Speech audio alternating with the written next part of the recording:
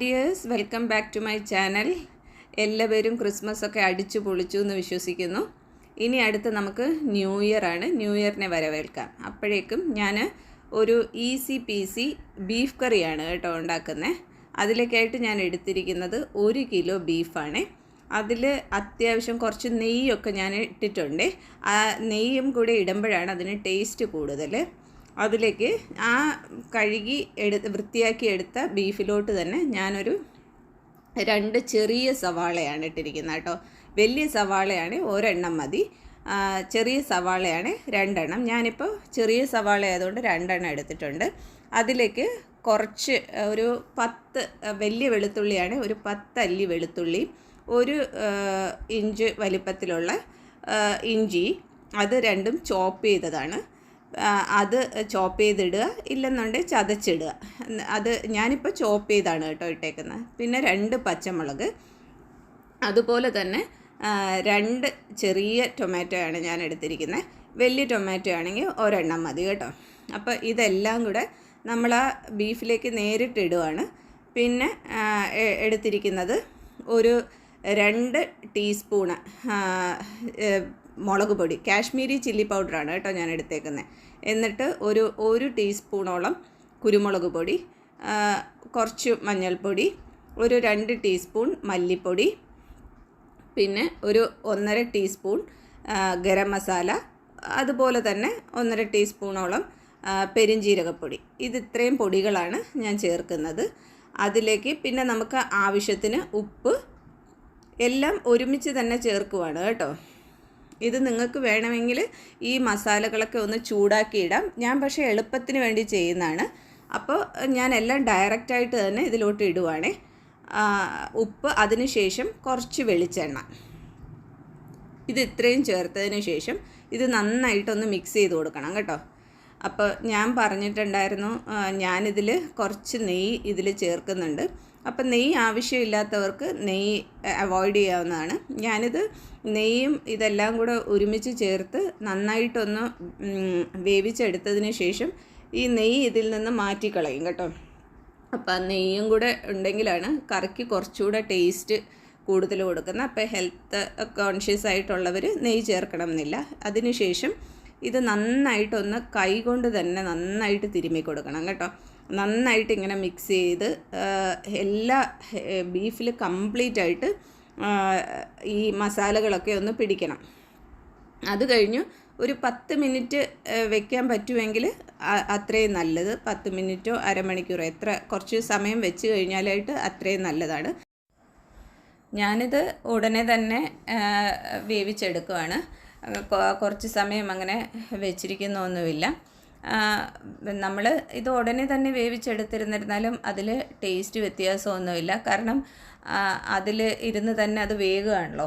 പിന്നെ ഒരു 10-15 മിനിറ്റ് നമ്മൾ വെച്ച് കഴിഞ്ഞാലായിട്ട് ആ മസാല കൂടുതലായിട്ട് ഇറച്ചിയിൽ പിടിക്കും. അതിനാണ് അങ്ങനെ പറയുന്നത്. പക്ഷേ ഇതിപ്പോൾ ഞാൻ ഉടനെ തന്നെ ചെയ്യുവാണ്. അപ്പോൾ അത് ലാസ്റ്റായിട്ട് അതിലേക്ക് കുറച്ച് കറിവേപ്പിലയും കൂടെ ഇട്ട് കൊടുക്കുകയാണ്.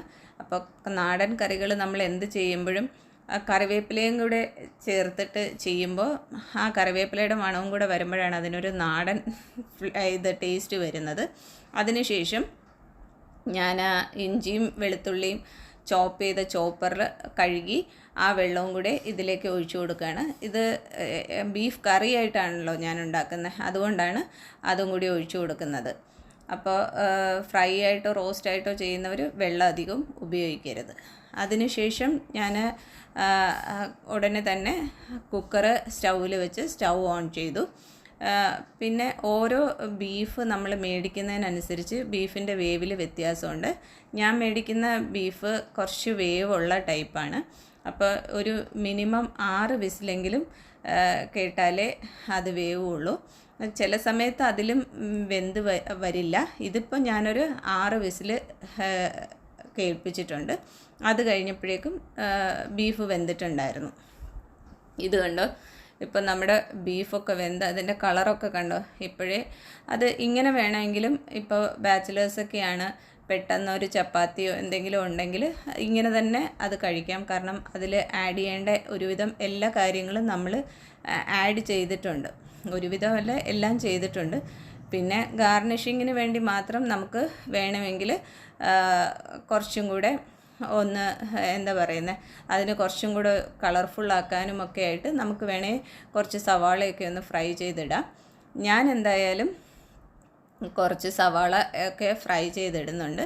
അപ്പോൾ അല്ല എന്നുണ്ടെങ്കിൽ നിങ്ങൾ ഇതാണ് പെട്ടെന്ന് കഴിക്കണം എന്ന് തോന്നിയാൽ ഇതിങ്ങനെ തന്നെ കഴിക്കാം കേട്ടോ.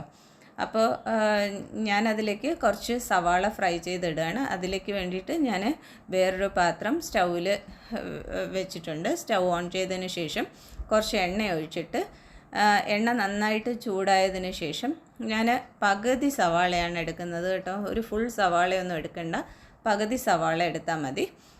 പകുതി സവാളയും കറിവേപ്പിലയും കൂടി ഇട്ടിട്ട് നന്നായിട്ട് അതൊന്ന് ഫ്രൈ ചെയ്ത് കൊടുക്കണം. ഗോൾഡൻ ബ്രൗൺ കളർ ആവുന്നത് വരെ നന്നായിട്ട് ഫ്രൈ ചെയ്ത് കൊടുക്കുക. അതിനുശേഷം ഗോൾഡൻ ബ്രൗൺ കളറായി കഴിയുമ്പോൾ ഞാൻ കളറിന് വേണ്ടിയിട്ടും പിന്നെ കാശ്മീരി ചില്ലി പൗഡറല്ലേ ചേർക്കുന്നത്. അപ്പോൾ അതിന് എരിവ് തീരെയില്ല. അപ്പോൾ ഞാൻ കളറിന് വേണ്ടിയിട്ടും കൂടെ 1 ടീസ്പൂണും കൂടെ കാശ്മീരി ചില്ലി പൗഡർ ചേർത്ത് കൊടുക്കുന്നുണ്ട്. പിന്നെ കുറച്ച് ഗരം മസാലയും കൂടെ ചേർത്ത് കൊടുക്കുന്നുണ്ട്.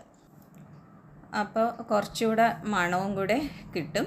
അതിനുശേഷം ഇത് നന്നായിട്ട് ഫ്രൈ ചെയ്തതിന് ശേഷം ആ കുക്കറിൽ വേവിച്ച് വെച്ചിരിക്കുന്ന ആ ബീഫിലോട്ട് ഇത് ചേർത്ത് കൊടുക്കും. അതിന് ശേഷം വീണ്ടും അതൊന്നുകൂടെ ഒന്ന് നന്നായിട്ട് തിളപ്പിച്ചെടുക്കുക.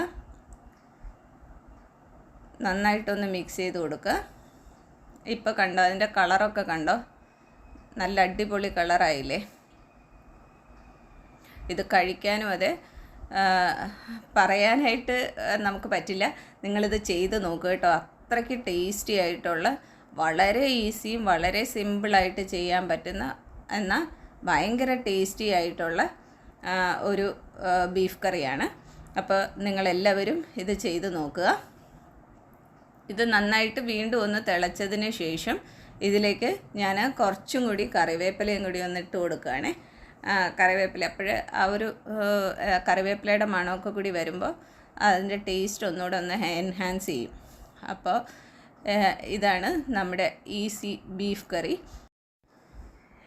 എങ്ങനെയുണ്ട് ബീഫ് കറി? അടിപൊളിയായിട്ടില്ലേ? നിങ്ങളെല്ലാവരും ഇതുപോലെ ബീഫ് കറി ഒന്ന് ചെയ്ത് നോക്കണം കേട്ടോ. ചെയ്ത് നോക്കിയിട്ട് കമൻസൊക്കെ എന്നെ ഒന്ന് അറിയിക്കണേ. അപ്പോൾ നിങ്ങൾക്ക് എല്ലാവർക്കും ഈ വീഡിയോ ഇഷ്ടമാകുമെന്ന് വിശ്വസിക്കുന്നു. ഇഷ്ടമായ ലൈക്ക് ചെയ്യാനും ഷെയർ ചെയ്യാനും സബ്സ്ക്രൈബ് ചെയ്യാനും മറക്കരുത്. അപ്പോൾ ഇനിയൊരു വീഡിയോയുമായിട്ട് വരുന്നത് വരേക്കും bye bye, take care, love you all.